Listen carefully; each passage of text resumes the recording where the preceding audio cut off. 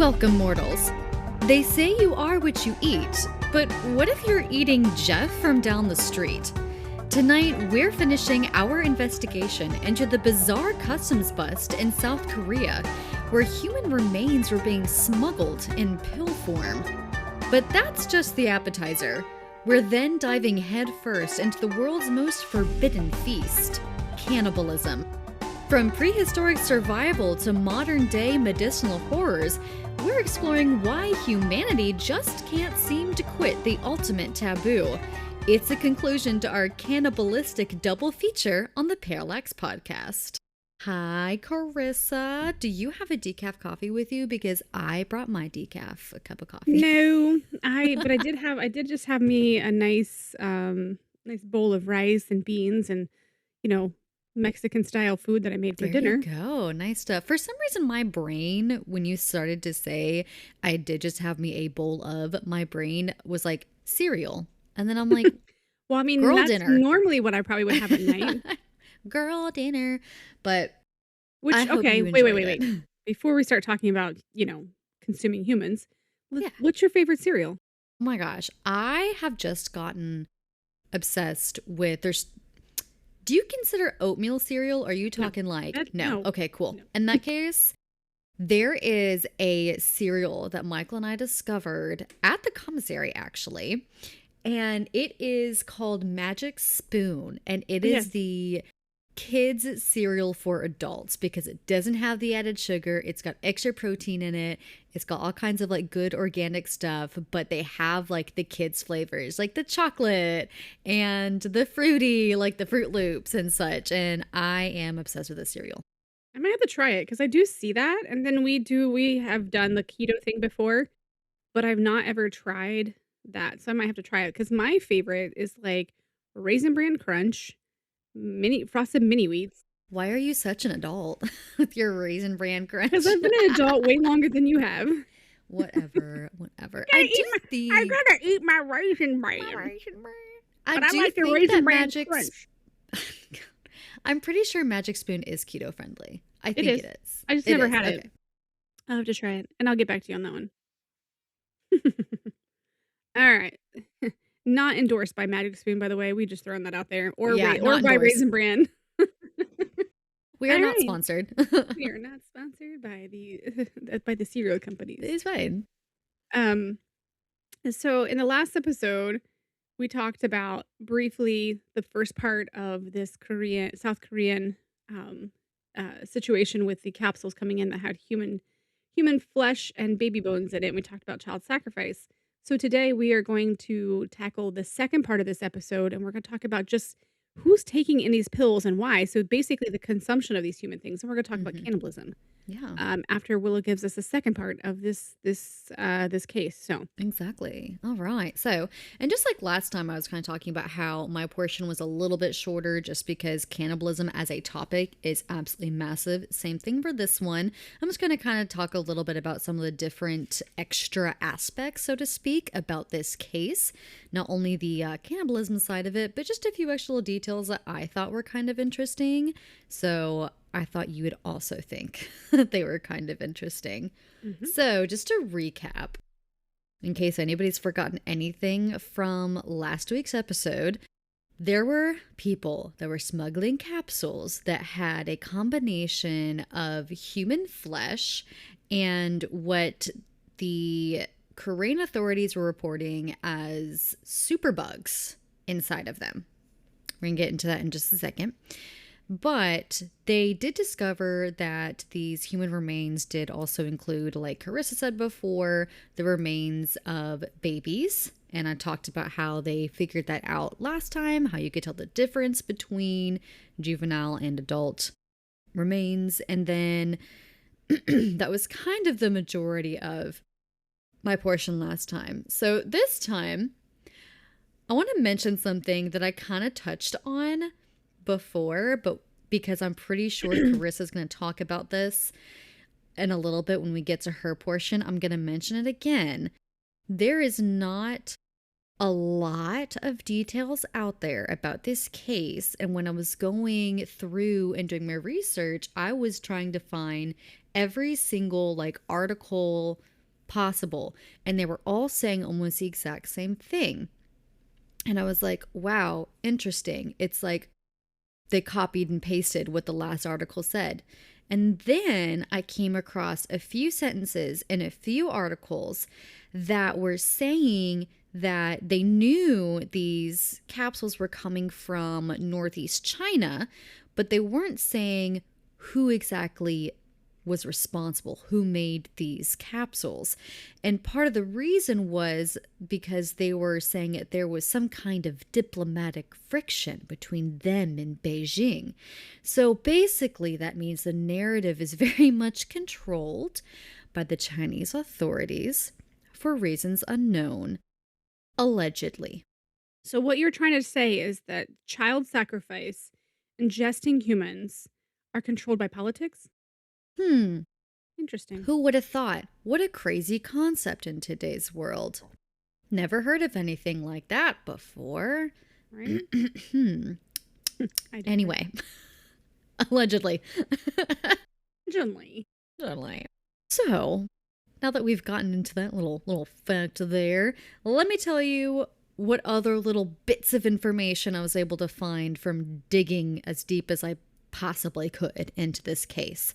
They did know that the capsules were either smuggled in luggage or sent through international mail, and the people who were smuggling these capsules that had human flesh in them were not punished because, quote, the amount confiscated was so small and the capsules were never intended for sale. Now, their so small amount is several thousand capsules. That's like nothing, apparently. Oh, And that's also, why they decided not to prosecute, because several thousand capsules, but you also have to whatever. realize that the drug mules, just in general, whatever you're smuggling, they don't always know what they're smuggling. Mm-hmm. I mean, that's a very common, like, I'm sure law enforcement thing is like someone is smuggling something. They don't know what it is. They just need the money. Yeah. I don't And it care what it is. could, Don't tell me. Then if they are actually interrogated, they can't give information. mm-hmm, which is true. But I get the vibe, and this is alleged from my, just what I can tell, trying to kind of read between the lines. I think they do know who actually created these capsules, and they aren't, obviously, like I said, not mentioning who it is, and they're not prosecuting because of this diplomatic friction with Beijing, and they're just saying, oh, well, the amount that we got was so small, it's not worth us going after it. So I think this is another thing that has a lot to do with this cited diplomatic friction. Yeah. But I digress. It could also be a very hush-hush thing. Mm-hmm, exactly. That, you know, not every government around the world puts on Twitter or social media what they're about to do or what they're Yeah. doing. Because it's so where we have like a lot of times public record, Mm-hmm. other countries don't have to follow that. So they don't have to Which is tell. very interesting. Yeah, they don't have to tell the public what they're doing. Mm-hmm. And I know it sounds very American for me to say this. But I didn't realize until I was older and actually met my husband and his family. I, for whatever reason, just didn't realize that America is actually almost very unique in how public we make the majority of almost everything. Yeah. So it's kind of silly that I didn't realize that until I Because was much older. That's how we have been raised. Is like, oh Mhm. yeah, we should know everything. Yeah, you can find almost everything. And then whenever you try to come across something that no one will tell you, like, oh, this is weird, this is bologna sandwiches, and it's because literally the rest of the world does not do that. We're the only ones who do. But I did come across a few stories of, they're either related stories of capsules like these that are being smuggled, or I couldn't exactly tell if these stories and the pills that they found were kind of like included in the, oh gosh, we're getting several thousand capsules of human remains from China, or if these were other smaller isolated events, but still thought they were interesting. This is a story from October 30th of 2013, a pair of students aged 26 and 21 years old were caught smuggling 3,000 diet pills and 500 detox pills from China into South Korea. They did end up selling these pills, and these too contained the human flesh. There were 80 customers who bought these pills.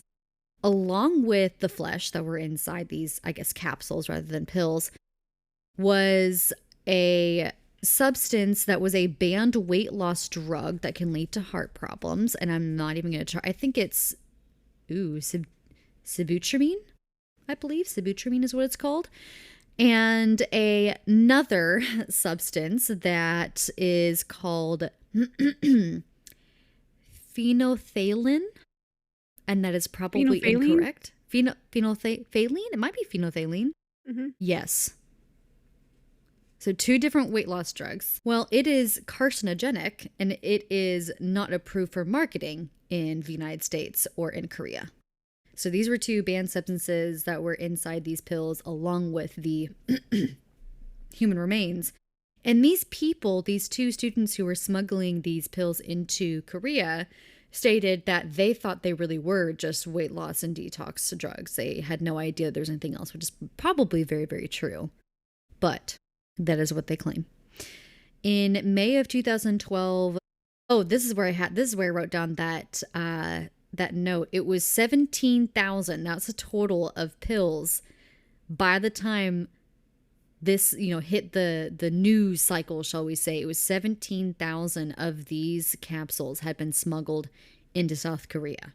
Now, another little interesting tidbit on this, when I had said that there were some news sources that said that there were also things like these superbugs or super bacteria that were inside these capsules, I dug and was like, okay, what superbugs, what are they? Like, I obviously know what a superbug is, but specifically, what are they finding in these capsules?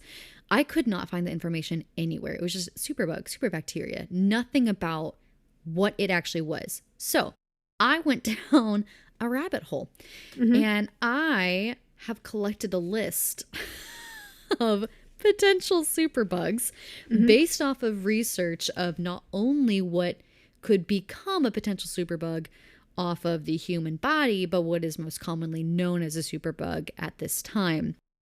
So these have not been confirmed as things that were actually found in these capsules. This is just my research to see what could potentially be found if you were to put human remains in a capsule. So don't take this as fact. This is just what I did my research on. Your options are MRSA or VRSA, so MRSA or VRSA, which is very common on the skin. It is a type of staphylococcus. It's very commonly found on the skin, but it is methicillin resistant, and a certain type of this staphylococcus, which is the one that causes MRSA itself, can cause severe skin infections. So this is the one where they talk about people, if they work in hospitals, can get it very easily because they're in an enclosed environment with really nasty, gross, awful things. Actually, fun facts, MRSA is very common in nail techs. Well, I'm not surprised. I didn't even think about that until literally right now. In their nostrils, yeah. In the nostrils, of course, it'd be in the nostrils. They're bringing in the from the Ooh, that's awful. That is awful. Anyway. Another potential superbug that could have been found would be group A strep, which causes strep throat, so we all know what that is. But it can also become a flesh-eating super infection, so I wouldn't be surprised if this is one of the ones that was found in there. There's also Pseudomonas, which, another fun fact, so we carry Pseudomonas. It's obviously, this is where I kind of found the idea that this could be a thing. It is a highly adaptable bacterium that forms biofilms and is resistant to multiple drugs. Pseudomonas, if it goes crazy, is nasty. And I know this because I work at a zoo, and there is a species at the zoo that is extremely susceptible to Pseudomonas. So we have to be very, very careful whenever we do anything medically with this species because we carry Pseudomonas. and we have to be super careful with them. And if they ever get any kind of infection, we have to swab and test and make sure it's not this kind of Pseudomonas because it is so nasty. So there's your fun fact of the day. So is Pseudomonas the one that has a weird smell to it or has like a strange smell? Honestly, Yeah. I don't know I because think all that the might be the one infections I smell are I awful. think, and I could be wrong, I'll double check with Captain Delay, but I'm Captain pretty Delay. I'm pretty sure that that is one of his favorites, and I think that's the one he said is his favorite, but I could be wrong. And he has like has a strange smell to it. That is so funny. He's like, yeah, so my favorite Well, super we talk about the bacteria. strange stuff. The strange things we talk about. Like, I know my husband's favorite super bacteria. Get on my level. Yeah. So I'm really excited that you added this whole bacterial thing because this actually kind of ties into something I'm going to bring up Good. in the very beginning before I start talking about cannibalism is the parallel to some of the superbug part to prions. Ooh, I have one more super bacteria, and then that is it for my little portion because, like I said, there's like nothing out here but on this specific case. But I wanted to bring to the table whatever I could. The last one is the most disgusting thing for me to try and pronounce, so just bear with me. It is, wow, wow, Acinetobacter baumannii. Okay. I definitely pronounce it wrong. There is a microbiologist and a pathologist somewhere who is screaming, but anyway, this is an opportunistic pathogen that commonly causes infections and hospital wounds and has a very high mortality rate. So again, another one that I wouldn't be surprised if it was something that was found in these capsules simply because it is very, very common on humans because we are disgusting creatures. And you know the thing we have to also remember, and this is not to go on like a weird tangent, but the misuse of of antibiotics Yes. has made these Yes. things super bugs because we can't kill them anymore because they're resistant because we've overly used antibiotics when we don't allow our natural systems to fight certain things off, or we use the wrong antibiotic for the wrong thing. Like I like there are antibiotics for ear infections, but like if you're overly doing it, eventually it's resistant. Exactly. And that's why there's been a really big push in veterinary medicine, which a lot of times we'll sit there and talk about it being the difference between old medicine and new medicine, which really doesn't mean anything besides just the veterinarians that were taught medicine before we had the research we have out now. In old medicine, you absolutely threw like the strongest Baytril at everything that you could because that's just what worked. But now we are learning that you can't always throw the exact same antibiotic at every single thing that you find Mhm. because creatures, little tiny microscopic creatures, are going to become resistant to those bacteria. And that's why we have so many different types of antibiotics and why we're starting to see a lot more resistance and why we're having to do a lot more cultures and such on these infections to figure out what the organism is that is causing the infection so we know how to properly medicate it. And it's also why this has been a very fun one because not only do I work at a zoo, but I work with my father at said zoo. And it has been really interesting because my father is like, shout out to dad, super into keeping up with the times, if that makes sense. Like he reads all the new research. He Which you goes to should. all of the, yeah, I mean, he's doing the thing right. He does all of his continuing education. He takes it very, very seriously and tries to just really keep on top of what is the newest thing out there. And so he's been trying to do a whole lot of education with the people that we work with to help them understand that if we choose not to treat something right away, it's usually because we have to figure out what it is Mhm. first. Yeah. Well, I mean, and that's I mean, this is again, we're completely off topic, but we are talking about consumption of meat. So that's and as I said a little bit, I don't know if I actually know if I said this in the previous episode, but I know I've told you that I haven't eaten meat in a while. Hmm. Um, I and wonder why. yeah, weirding me out. What in the But world like could give you that idea? right, so and I know that there are people out there, our daughter's vegan, and I just made a completely vegan dinner tonight Hmm. with, everybody ate and it wasn't a big deal. But a lot of times with the antibiotics given to, like, livestock to promote growth and stuff and Mhm. prevent disease, these things actually create resistant bacteria that will spread to us when we Mhm. consume it. So there's a whole rabbit hole we don't need to go down. There's a whole like, I could sit here and tell you, like, we could do a whole episode on literally just this. Yes, yes. And again, like, oh, sorry. First, are you moving on? Are we moving on to the cannibalism now? It is your turn. All right. All right. Picking up the mantle here. And the reason, just to give everybody a heads up, that we have been kind of like missing in action. We have a lot going on. We say that all the time, but like, Oh my gosh, well, what a life, literally. yes, yes. I mean, I run a publishing company, and my partner in it has got a lot of book stuff coming out. We've had kids graduating, senior nights, which our kids graduate in a few weeks, and then we have um, senior nights for volleyball. Willow has a husband potentially like getting deployed. We have a lot of things going on that are Literally taking, all this stuff. yes, taking up a lot of things in our personal lives. But as we said last time, we do want to make sure we give the best, options to our episode that we can. And so we Yeah, just didn't feel like it was really there mentally, energy wise, and we both have to be on board for it. I feel like. exactly. Yeah. So we're here and we've got We're some here episodes for you. now. Yes, yes. Yeah, so after this episode, like we said in the last episode, we do have a time travel one for you, and then we have one that's local to our area, Fort Walton Beach.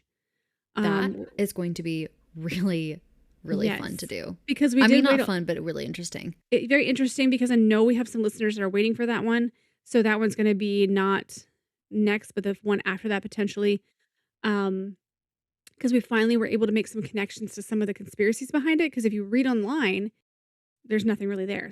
We're gonna have exciting time with that one. We'll make sure we have enough information and enough, um, of the topic to really kinda go down the rabbit hole with that one before we present it to you. So we're gonna do that one in a couple weeks. We got you. Tell me about eating people. Yes, I will. Let's talk. We go to talk about some eating people like little children was last episode. This time we don't talk about the full-on human experience. Talk about the whole human, the whole person. Yes. Okay. I said in the last time I was gonna at the very end of the episode when I was editing, I was like, "Oh yeah, I need to go back in and I need to research how would we know if an ingredient was human flesh or human parts or like something human? How would Hmm. we know that as a consumer?" So, Ew, don't tell me. well, I'm not gonna tell you right now. You're gonna have to wait till the end. I will tell you. I'm gonna No. tell you at the end. So stay You're tuned. ruining everything I've ever eaten. Well, I think I texted you when I was in the grocery store like 3 months ago. I said the fact that I had to act because we've talked about this episode for a while. These episodes. Um, 3 months ago, I was like, the fact that I actually Googled what would human meat look like in the grocery store is a thing for me, and I'm not okay with it. Like, this was not on my bingo card for 2026, but here Mm-mm. we are. And at that point, I just could not eat meat after that. I literally can't even I've slowly stopped fixing meat Yeah, I don't blame you. and working in the vegan meat, and it's been fine. And, like, it's just This is good. This is fine. yeah. So, but anyways, when you hear the word cannibalism, and we talked about this before, what's the first thing that typically comes to your mind? Uh, Eating people. Okay.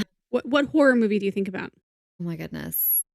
Honestly, the first thing I think about is Dahmer, to be honest, just Jeffrey Dahmer, because he's. Okay, yeah, as the person, yeah. Hmm.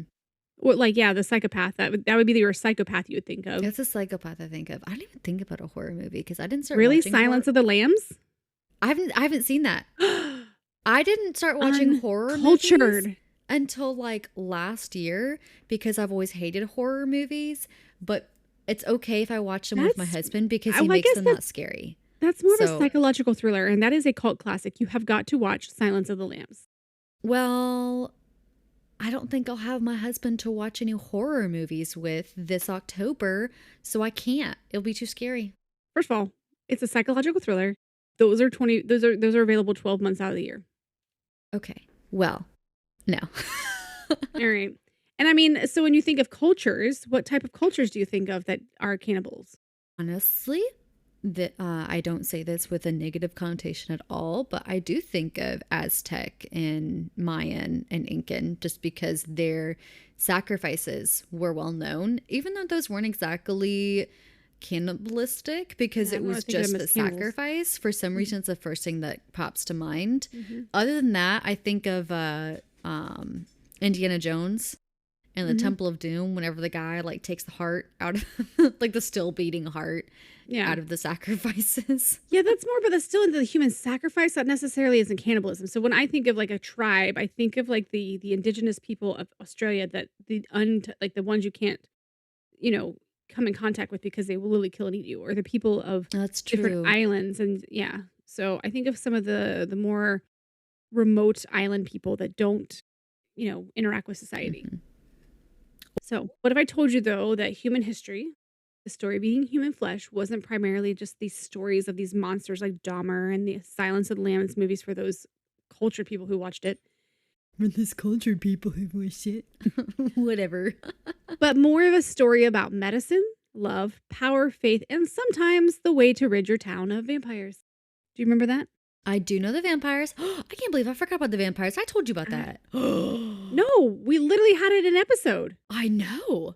Well, like I put that in there because we literally put that in an episode. I know. I can't believe I forgot about that. Girl, it's I been just a like to long day. throw it back, throw it It's back. been a long day. It's okay. All right, but tonight instead, we're gonna come to this second episode with a stream with of this capsule journey, and we're gonna kind of look at some of the five faces I've divided cannibalism into, and we're gonna kind of go through these. I want you to kind of think about them, and Hmm. when you're thinking about them, I want you to ask yourself the darkest taboo question, and what do these things tell you about what we as humans value most? Ick. Okay. I can do All it. right. I'll try. All right, face one, the necessity. So, the plane crash. We don't want to get into this plane crash because it is an entirely large episode itself. So, for those who, Absolutely. Yeah. yeah, so for those who don't understand the Andes Mountain 1972, go look at the plane crash. This was in the Andes Mountains. It was a rugby team that was on a plane. Basically, the plane crashes. They're stranded for like 70 some days, and they get trapped in the snow. And like when you literally should listen to this episode because we're not covering this episode currently. I don't know if we ever will, but it's very heavy and it really Hmm. doesn't kind of fall into our, realm of, like, taboo plus, Hmm. Yeah. true crime, because there's no true crime committed here. But essentially, food runs out, the dead are frozen around them, and these survivors make a pact. They respond because their friends have died. They decide that their friends, had left their souls had left their body. The flesh was no longer their friend, and that this was God's gift to keep them alive. And there was there were people that survived these 72 days and went through a challenging way to get off this freaking mountain. Yeah. I mean, everything was standing in their way. Yeah. I mean, it was Um, wild, but I honestly like, I cannot say in any way, shape, or form that I would mm-mm, make a different decision mhm. because I had no idea what I would be, what Yeah, kind of state I would be in at that point. I And I think think that the overwhelming urge to survive would probably overcome any moral qualms, to be honest with you. as I listened to that episode, I asked myself the same way, and I feel like I'd have to weigh my position in life and the people around me. Are any of my Hmm. children with me? Yeah, I wouldn't. I don't think I'd be able to eat. Like if it was the I would body not eat of my somebody children. like I would do anything to keep my children alive in that's that true. situation, including eating the human situation that they had to do. But if it was myself and, like, the circumstances are a little different, I would probably just lie down and fall asleep and die of hypothermia. I mean, yeah, you could do that too. That is true, actually.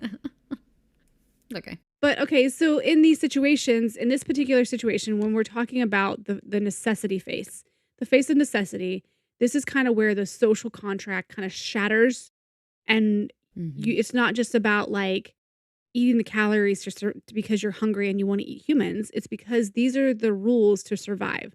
Hmm. These people had to create new rules to survive in the Andes and respect them so that way when they got out, they could live still at the end and not regret what they did. Yeah.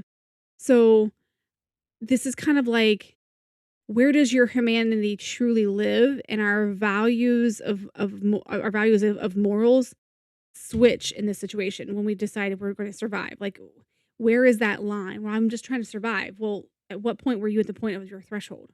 You Hmm. know, it's kind of like when we discussed in the child sacrifice section. of last episode, what happens when the only way to honor your community is to consume it? Mm-hmm. You know what I mean? Yeah. These child sacrifices in these pills that we're talking about, these children were sacrificed because there's the rule you can only have maybe one child at that time. Mm-hmm. And so Yeah. these were a way to consume life and whatever, which keep in mind how they described these were the cure all, but like also was a stamina thing. Mm-hmm. Yeah. Okay, keep that in mind for the future. I'm gonna tell you something. But, which that brings me to face number two. Face number two is called the sacred. And um this is how you change the necessity of needing to survive to representing something that has passed. So, what do you know about the laughing disease? Isn't that where it sounds vaguely familiar? And isn't it where you like laugh until you die almost? I mean, essentially, it's like I mean, it's because it's messing with your brain. Is that the prions? Yeah, yeah, so and I know that you know what a prion is. Yeah, because it's terrifying. Mm. Okay. So prior to the 1950s, uh the to be infectious or something self-replicating, an agent needed to be considered to have genetic material like DNA or RNA. Okay. And proteins are the product that comes from this. Like the proteins are like the end product. So they are like the machine built from those instructions from DNA and RNA. They carry out the function. So essentially they're not meant to or they're not they do not carry or replicate information. Let's put it that way. Hmm. Okay, they're not the strand. They're a part of it. The proteins that are in that. Okay. Yeah, yeah. So, I'm going to talk about this culture, the four people. So, um, the people of Papua New Guinea before the 1950s, there were the four people, FORE. And when a beloved family member would die, they didn't bury them, they ate them. Okay? Yes. Okay. And this was not out of hatred, like I said, this was something that they felt was out of love and grief. They called it transsumption, which consuming the Okay. body, especially the brain. They believed they were honoring the dead, keeping their spirit and their strength within them in the family lineage. I So, guess that does kind of like I can see that. That kind of makes sense. mhm, mhm. But it was this ultimate act of like literally incorporating everything about your loved one into your body. Into Like, your yeah, yes, yeah. yes. But this practice had a terrifying twist of fate because it transmitted these prions that caused this disease, this kuru, this shaking disease, which is also known as the laughing sickness. It's a neurological thing. Hmm. So, but had this community not done this, which I mean, at this time, I mean, it could have happened at some other point. We could figure this out, but archaeologically and anthropologically, just studying these people who were eating their loved ones and being essentially, because for them, they felt like they were taking on their people. So Hmm. if their people had this laughing disease or laughing disorder or whatever, or sickness, that would be proof to them, yes, we've taken them on because now we have it. For them, they weren't understanding genetics. Oh, They're seeing that what they were had, we've taken it on, and now we have it. They didn't look at it like a disease or anything like that. like they didn't have that negative like, "Oh my gosh, I'm going to die. No, I there have this yeah, I disease." mean, They were I'm like, dying, but the "Oh, thing I is have it because I'm." I'm literally proof that I've taken on my person, And so that which made it is even more real to them and in their mhm, culture too, to continue to do that. yeah, yeah. Wow, okay. So, but this is the only way that Western science discovered prions. These are misfolded infectious proteins that have defied the biological norms in this disease. So our understanding of like mad cow and all these things that are like that basically came from studying this ritual of cannibal love. Cannibalistic love. Cannibal love. Oh my goodness. That is That's a actually great topic, fascinating. or that's actually a great like episode title. Cannibal. Cannibalistic love. Like this actually led to like changing the way science saw proteins. Wow. Um And like any like the guy that finally ended up coming up with, discovering all these things and getting like a Nobel Prize for this and everything. Oh my goodness. I mean, science kinda laughed at him because they're like, "No, that's not Hmm. how this works," but, like, literally, this created a whole change in how we see, things in the brain and, like, how things can be transmitted because it doesn't have DNA to replicate itself and that. So, That's very, very very interesting. interesting. Mhm. Basically, them eating their loved ones like that helped us formally understand how things transfer. Because I think they gave it to chimpanzees. They injected the blood, like, something from one of the people that had this laughing sickness into chimpanzees, and they saw and that's how they've kinda decided that's actually how this worked, and it kinda Wow. came out of that, yeah. It essentially, like, set the precedent for a lot of things that we understand in biology. Cannibalism. Yeah, 1 point cannibalism. I was like, a win for cannibalism. Well, technically, that's 2 points because the Andes Mountain one, that was a 1 point. This is That's true. that's 2 points. So 2 points, and we're on face number 3.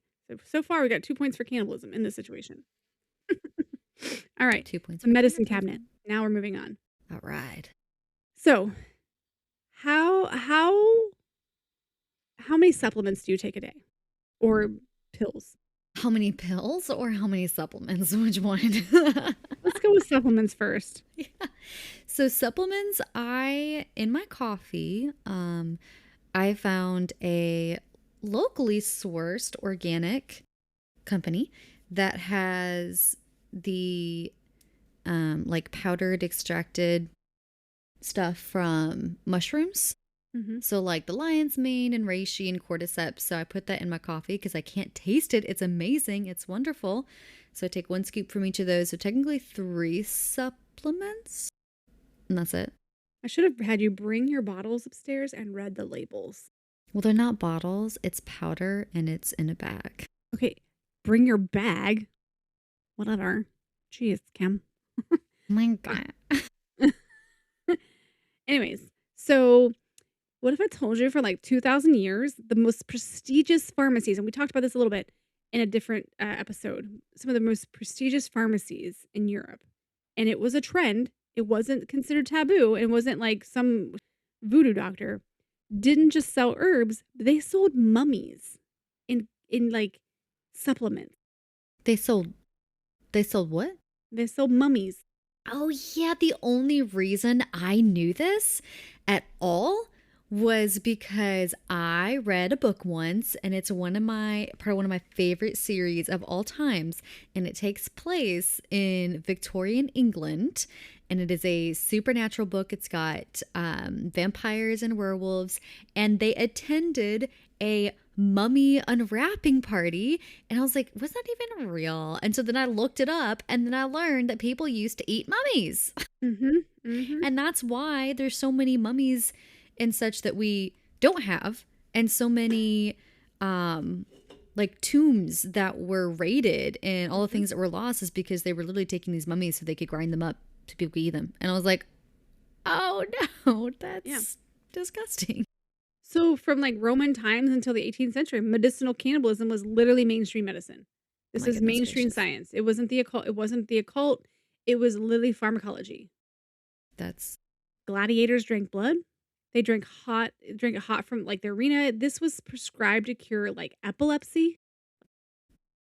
Powdered Egyptian mummy, which is mumia, was a sovereign remedy for bruises and other ailments. Moss grown on a hanged man's skull. This was for nosebleeds. whoa, okay. Yeah.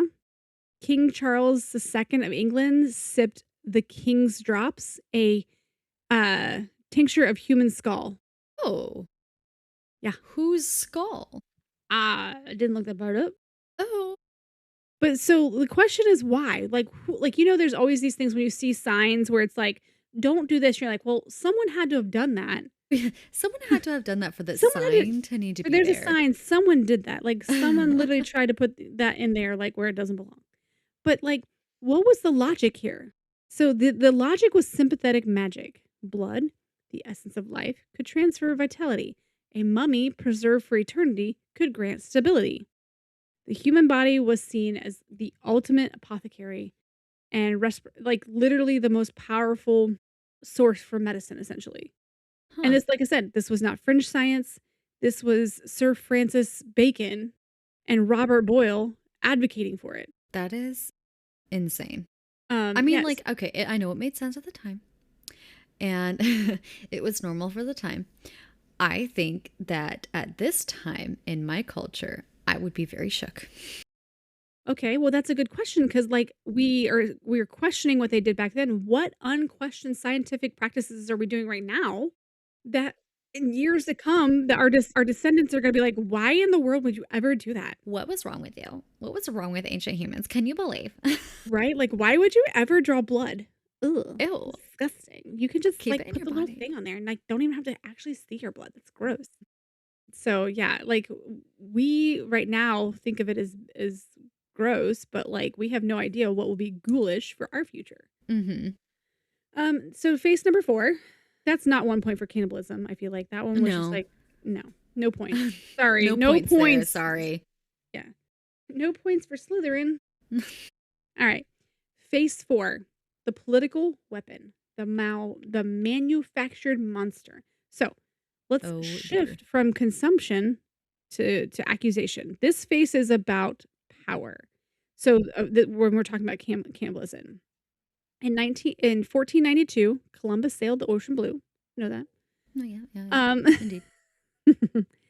Columbus's diaries, which Columbus, you suck. Um, We you don't are a actually like douchebag. you. Yeah. Anyways, his diaries introduced the word cannibal to Europe. Bull. It was derived from the Carib people.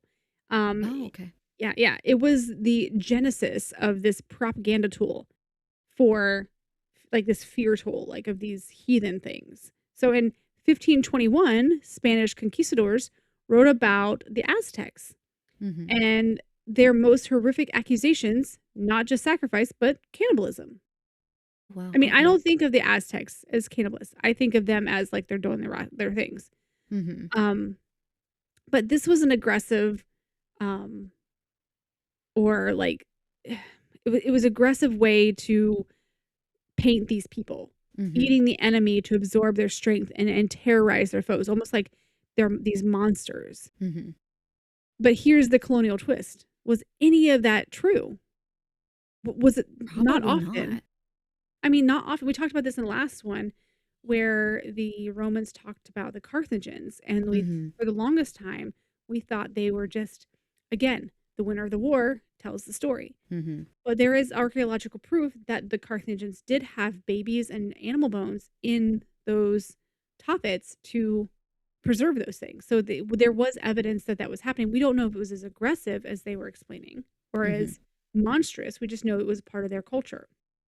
But it is often misinterpreted or exaggerated or utterly fabricated. So it's possible that ritual sacrifice was something that was happening. But a lot of times I would say people like Columbus probably Mm-hmm. conflated it, like made it more than it Yeah. really was. Made it seem worse than it actually was. Yeah, it probably made it very brutal and like, whatever. Because that's a So, story that sold and also yeah. made him look better. Yeah, and honestly by in him labeling these indigenous people as cannibals, um and it made it easier for them to be enslaved, I feel like, and Yeah. against the natural law. So for them it's like, "Oh, they're just barbarians. Let's just enslave them." Like, oh, it's fine. Yeah, they're not even real humans anyways, we can justify taking their land and their freedom and their lives. Mm-hmm. So labeling your enemy to become basically this massive weapon itself create a lot of genocide, I think, and a lot of, um, reasons for people to conquest over these people. Yeah. Yeah. Yeah. I mean, we see that pattern in a lot of the Americas to Africa in the Pacific stuff, like, a lot of those things in our history, we talk about these types of people and paint them in a terrible light. So, We've done um, that a few times. yes, we America is very guilty of that. I'm so sorry, ancient history. America. Yeah. Um, but I guess it teaches us that the idea of cannibalism can be more potent as a tool for dehumanizing And that's where we are when we're talking about cannibalism, like, "Oh my gosh, that's awful." Oh, it's so bad. And Yes, instead but of that's because that's how we've been taught, and now we're mhm, looking at it like, these certain people have had to survive on this, and that because they've already had the taboo instilled in them, it made it hard for them to naturally just be like, "This is the best way for us to survive." this is the only yeah, mhm. Yeah, And for yeah. them, sometimes the only way. Like that was the only option. They didn't have anything else. Yeah, and, like, the 4 people, that was their life. I mean, when they're eating someone and they actually take on some of the things and someone becomes ill from what the other person was ill with, like, it's to them visual evidence, again, Mhm. that this worked, so we must keep practicing this because it is working. Mhm. Yeah. Alright, face number 5, the The last mirror. one. I don't know if I like this. I don't know if I Not the like Black this Mirror. one. Like that show, The Black Mirror, it's kinda weird. Oh my gosh, Um, that one. Okay, it is very interesting. Okay, the writers, like, props to them, but it makes me so uncomfortable, and I know that it's supposed to make me uncomfortable because that is literally the point. But I can't watch it because it makes me uncomfortable. mhm, mhm. Yes. So the mirror. So this is where we're going to arrive at the modern abyss. And of course, the modern age has arrived. We know the serial killers, the psychopaths, the pathological cannibalism. I've even seen where people are like, I'm a vampire. They only drink blood. I'm like, okay, you're stupid. You're That's wrong, not. but okay. You're not a vampire. Incorrect. Yeah. Yeah. And like Jeffrey Dahmer, didn't he say something like he wanted to create like a zombie companion or something? Some kind of twisted something. Honestly, this is gonna sound so bad coming from somebody who's like so into true crime. I'm not 100% positive. I've heard a few things about Jeffrey Dahmer. I've listened to a few episodes about him, and I I was think raised he in the Jeffrey Dahmer just era. Like, I was yeah, raised when in the era when he was found, and I remember little bits and pieces. I've listened to episodes, not necessarily about all of his killings, but I've listened to a lot about him yeah, about him, psychologically. yeah.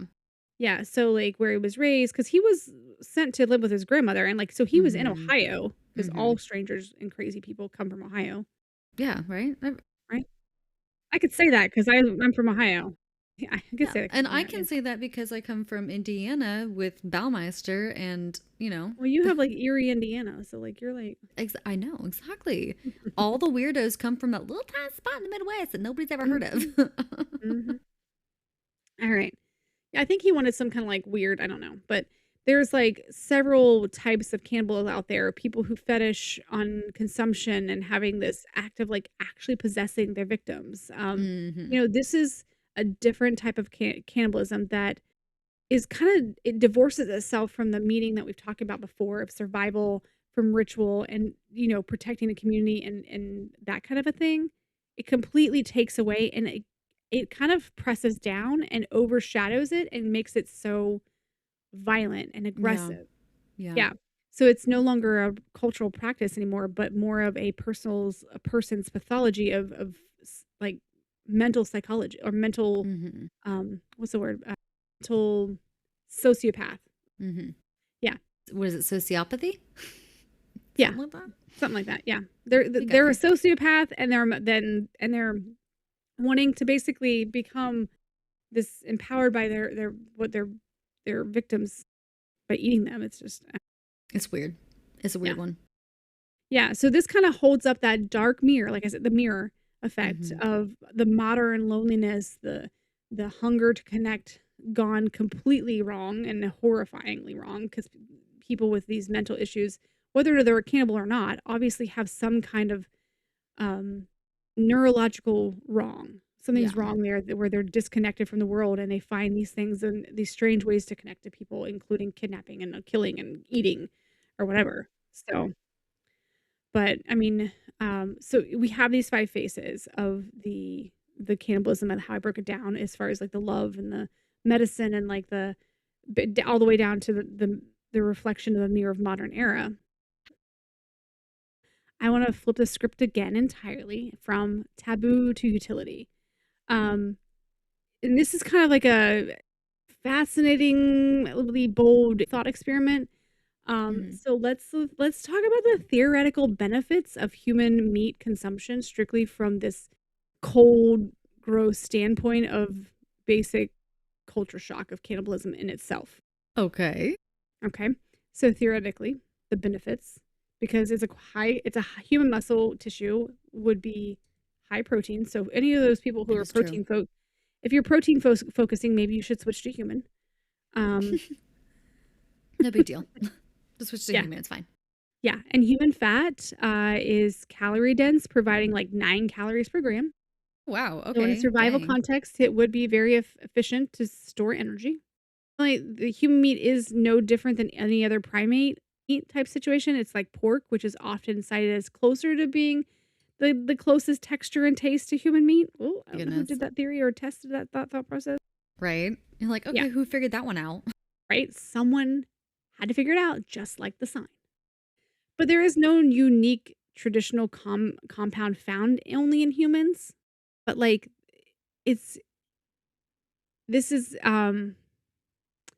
something that we have to consider, though. If you're willing to go and eat humans for your high dense your protein and your calorie situation, you do risk the whole prion situation, like we was talking about. Mm-hmm. You may take on the diseases that that person has. Yep. So Yep. choose your humans wisely. Get them Choose your scanned. humans wisely. Get them Grow, scanned for any kind of get them pre-existing scanned. Grow conditions. them well. Yeah, make sure you scan them for pre-existing conditions. Source your humans responsibly. Yes, yes. And I mean, it is what it is, but anyways, if you were to literally strip away all the ethics and cultural and look at the human body purely as a biomass resource, it provides familiar high quality protein and fat. But it carries, like I said, carries the risk of disease and, Mm-hmm. like pathogens that are far less efficient for us to like ingest. Just a little bit less efficient.